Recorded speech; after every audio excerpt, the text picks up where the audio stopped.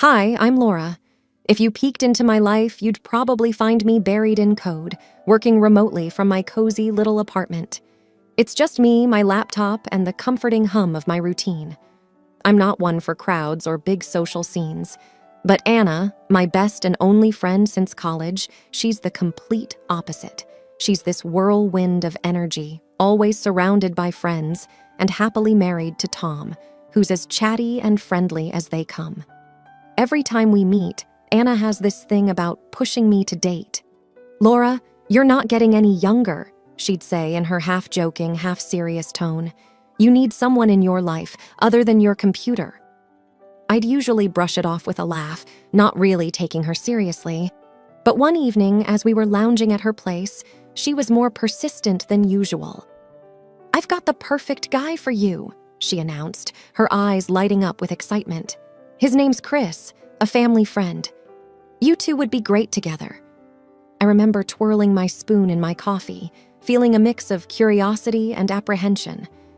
"Blind dates aren't really my style, Anna. They're always so awkward," I protested.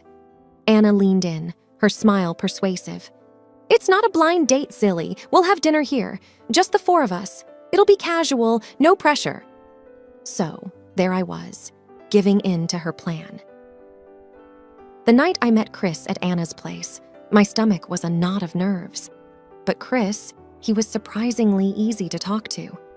Kind of reserved, but with a genuine smile that made me feel more at ease. We all chatted in Anna's living room, the conversation flowing smoothly until Tom, out of the blue, brought up their struggles with fertility. "We're trying for a baby, but it's been hard," he said, and I could see the hope mixed with worry in his eyes. I nodded, feeling a bit out of my depth with such a personal topic. "I hope it works out for you guys," I said, and meant it. After that night, Chris and I started seeing each other. It wasn't like those dramatic love stories you read about. It was more comfortable. He was a good listener, and we shared a lot of the same interests. Before I even knew how it happened, we were dating. I remember thinking, as I fell asleep one night after one of our dates, that having someone else around isn't so bad. Not so bad at all. 6 months had flown by, and there I was, in a simple yet elegant white dress, saying "I do" to Chris. It felt surreal, standing there with him, Anna intently watching us, her belly now showing a growing life inside.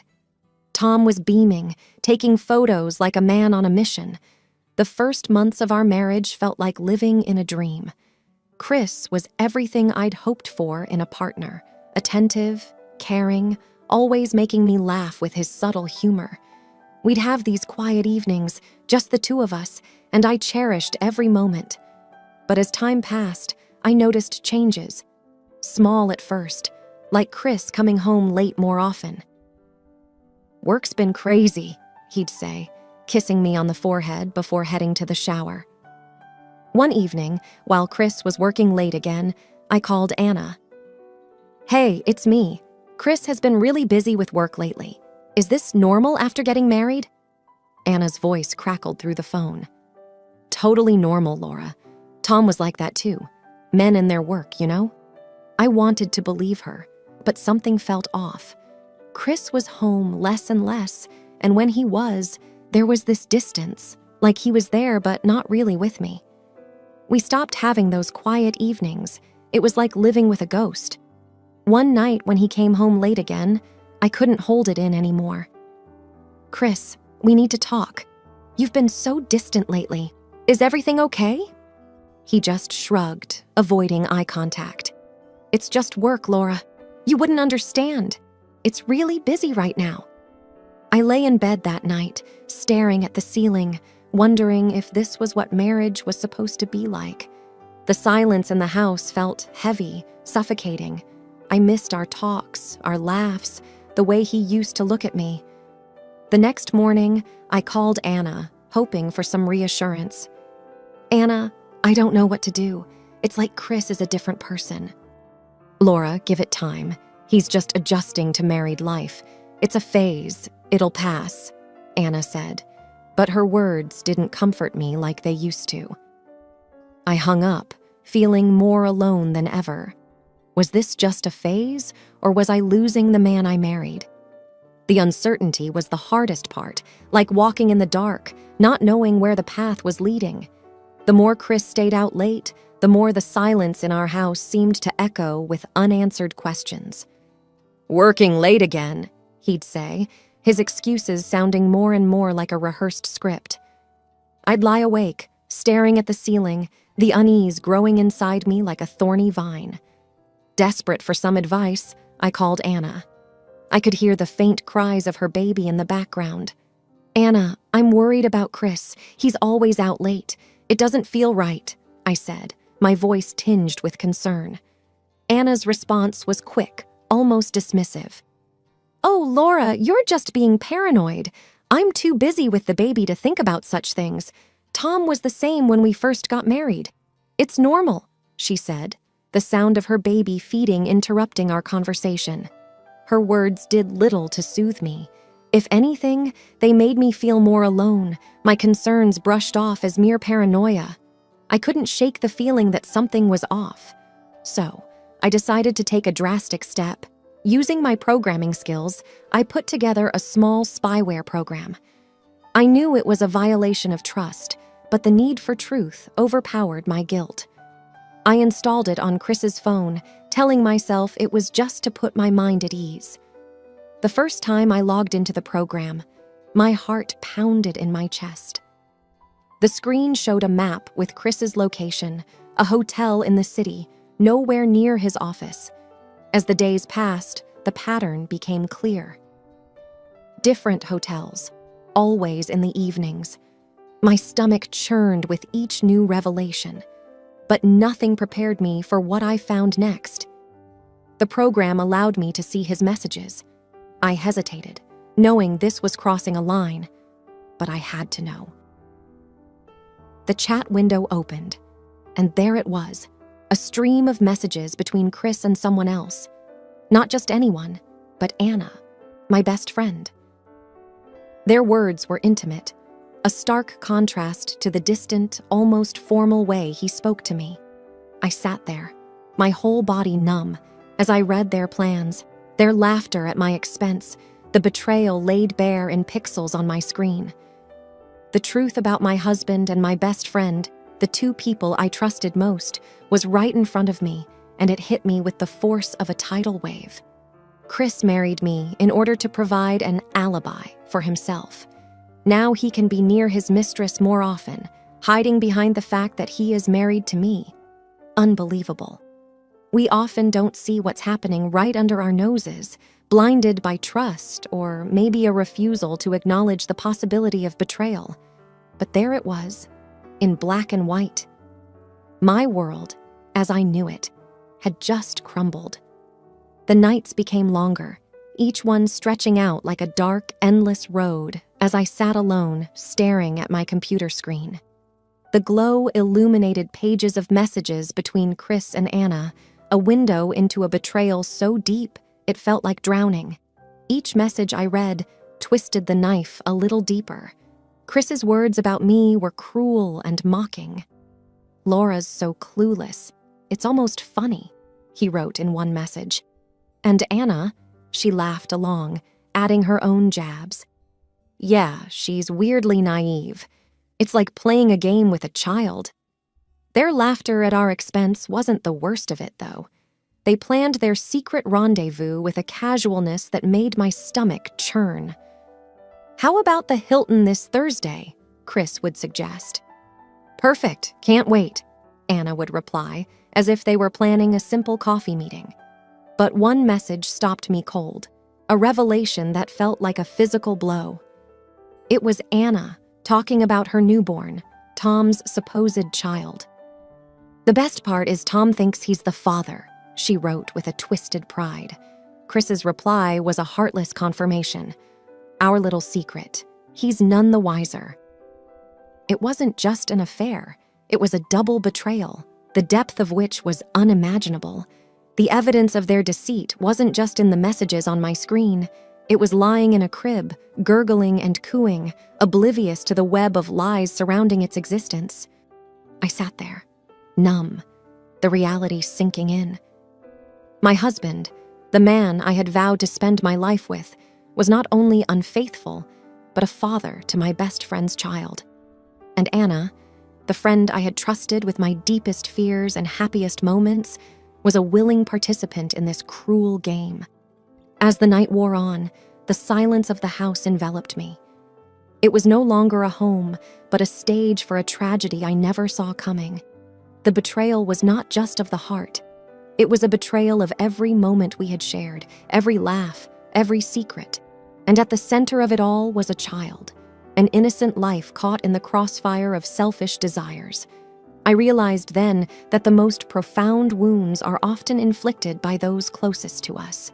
And the evidence of this betrayal was now lying innocently in a crib, a living reminder of the lies and deceit that had shattered my world. The morning after I discovered the truth about Chris and Anna, I felt like I was in a daze. My apartment, once a haven, now felt like a cage trapping me with my betrayal. I knew what I had to do. Tom deserved to know the truth as much as I did. I picked up my phone, my heart pounding. Dialing Tom's number felt like stepping off a cliff. "Tom, it's Laura. We need to talk. It's about Anna and Chris." Tom's usually cheerful voice was laced with concern. "Laura, what's going on? You sound serious." I took a deep breath, my voice shaky. "It's bad, Tom. Can we meet somewhere private? There's something you need to see." We met at a quiet cafe, away from the places where our lives had crossed. Tom looked anxious as he sat down. "Okay, Laura, what's this all about? You're scaring me." I pushed the printouts of the messages across the table to him. "Tom, I'm sorry to drop this on you, but Chris and Anna, they've been having an affair." Tom's face went pale as he read the messages. His usual jovial demeanor vanished, replaced by a mix of anger and disbelief. This is bullshit. Anna wouldn't. And Chris?" His voice was a mix of rage and pain. "There's more," I said, the words feeling like lead in my mouth. "The baby. Chris might be the father." Tom looked like he had been slapped. He slammed his hand on the table, drawing stares. "That son of a... How could they do this? My own wife? My baby?" I could see the hurt in his eyes, raw and unfiltered. "I'm so sorry, Tom. I thought you should know. You deserved the truth." Tom ran his hands through his hair, a gesture of frustration and disbelief. "I can't believe I've been such a fool. We need to do something, Laura. We can't let them get away with this." His words echoed my own thoughts. "I agree. We need a plan. They've been playing us for fools, and it's time they faced the consequences." As we talked, our plan began to take shape. It wasn't just about confronting them. It was about exposing their lies, making them feel a fraction of the pain they'd caused us. We left the cafe with a sense of purpose, a bond formed through shared betrayal. As I drove home, the reality of what I was about to do settled in. This wasn't just about confronting a cheating spouse. It was about revenge. And my revenge would be cold, much colder than an iceberg. The day of the confrontation felt like walking into a storm. My heart was pounding so hard I could hear it in my ears as I drove to Anna's house with Chris.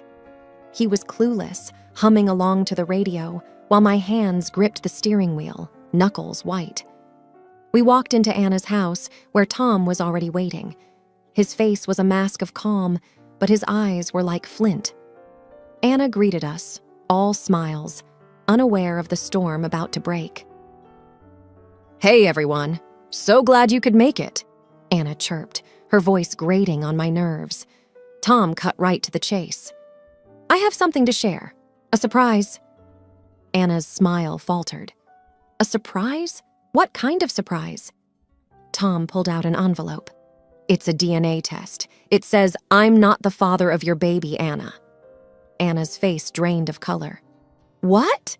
Tom, why would you? That's ridiculous." Chris turned to me, confusion written all over his face. Laura, what's going on? I looked him straight in the eye, my voice steady.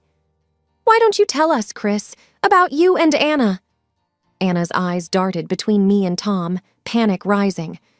Laura, I don't know what you're talking about.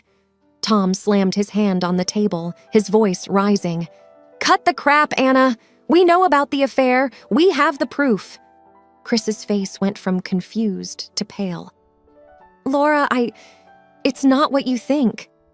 I threw the printouts of their messages on the table. It's exactly what I think. How long, Chris? How long have you been lying to me? Anna started to cry, her sobs dramatic.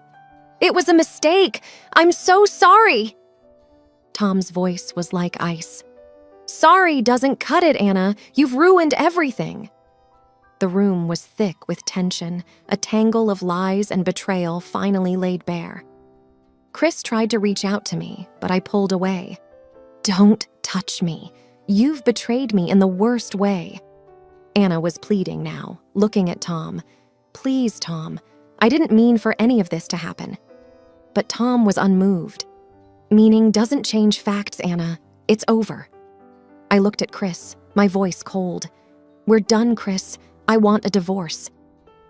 The confrontation was brutal, the air heavy with the weight of broken trust and shattered relationships. As I walked out of Anna's house, I knew there was no going back. The truth had been revealed, and with it, the end of the life I thought I knew. After the confrontation, the drive home was a blur. My mind was a whirlwind of emotions. Anger, betrayal, sadness. It wasn't just the affair. It was the depth of the deceit that cut the deepest. The next day, I called Chris, needing to hear him say it. Chris, we need to talk. You owe me that much. He agreed to meet, his voice resigned. We sat across from each other at our kitchen table, a battlefield of broken vows. Start talking, Chris. I want to hear you say it, I demanded, my voice steady despite the chaos inside me. Chris looked down, unable to meet my eyes. It started as just a fling. I didn't mean for it to go this far. A fling? You call destroying our marriage a fling? My voice rose, tinged with anger and hurt. I'm sorry, Laura. I never meant to hurt you, he said, his voice barely above a whisper. Sorry doesn't undo the lies, Chris. It doesn't change anything, I snapped back. There was a pause, heavy with unsaid words. What are you going to do? He finally asked. I want a divorce, and I'll be talking to a lawyer about compensation for this betrayal, I said, my resolve firm. Chris nodded, defeated. I understand. I'll cooperate. The conversation with Anna was even harder. I called her, my former best friend, now the source of my deepest pain. Anna, we need to talk, I said as soon as she picked up. Laura, I'm so sorry. I never wanted to hurt you. Anna's voice was shaky, filled with false remorse. Save it, Anna. How could you do this to me? To Tom? To your own family? I asked, my voice hard. I was selfish. I made a terrible mistake, she admitted. A mistake? You made a choice, Anna. And now you have to live with the consequences, I replied coldly. I know, and I'll do whatever it takes to make it right, she said, but her words felt empty. It's too late for that. Tom knows everything. You've lost him, and you've lost me, I said, hanging up before she could respond. The aftermath was messy. Lawyers were involved, divorce papers were filed, and settlements discussed. But through it all, I held my head high. I was hurt, yes, but not broken. I realized that sometimes the hardest betrayals come from those we trust the most. But they also teach us the most valuable lessons about strength and self-respect. As the chapter of my life with Chris and Anna closed, I knew that I was walking away with something invaluable, my dignity and the knowledge that I was stronger than I ever knew. The day I signed the final divorce papers, it felt like I was signing off on the most painful chapter of my life. In the lawyer's office, I couldn't help but reflect on the journey. You're doing great, Laura. Most wouldn't have handled it as well as you have, my lawyer said, offering a sympathetic smile as he handed me the documents. Yeah, well, when life kicks you down, you kick back harder, I replied, trying to sound tougher than I felt.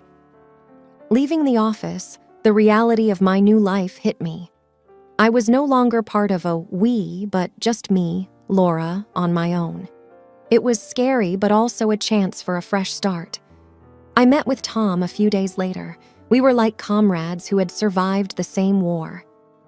How's life treating you, Tom? I asked as we grabbed coffee. Tom sighed, stirring his cup. It's rough, Laura. Every day's a challenge. But like you said, we kick back harder, right? Right. We rebuild, stronger and wiser, I said, feeling a sense of solidarity. We chatted more about moving forward, about not letting our past define us. It was a conversation tinged with sadness, but also hope. Driving home, I thought about Chris and Anna. Last I heard, they were together, but far from happy. Anna, used to a life of luxury, was now stuck in a cramped apartment, constantly at Chris's throat for the financial mess they were in. A neighbor told me how they were always fighting, their arguments loud enough for the whole block to hear. Police were there just last week, she had said, shaking her head in disapproval. It was ironic. They had betrayed us, thinking they'd find happiness with each other, but all they found was misery. Every scandal, every shout I imagined between them was a reminder that karma does its job. As I entered my apartment, the quiet was a balm to my soul. I was alone, yes, but at peace. I had weathered a storm I never saw coming and came out stronger. I gazed out of my window, the world outside oblivious to my struggles and triumphs. Here's to new beginnings, I whispered to myself, a small but determined smile on my lips.